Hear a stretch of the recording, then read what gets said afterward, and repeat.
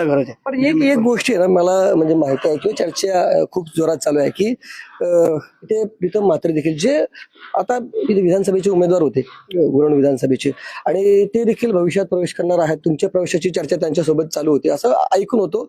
नक्की काय होतं?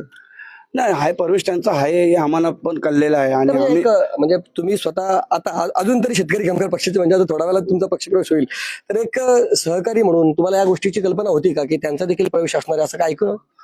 कल्पना होती ना. आम्ही खरं सांगायचं आम्ही त्यांच्यावर थांबलो होतो. हं? त्यांच्यावर थांबलो होतो आम्ही.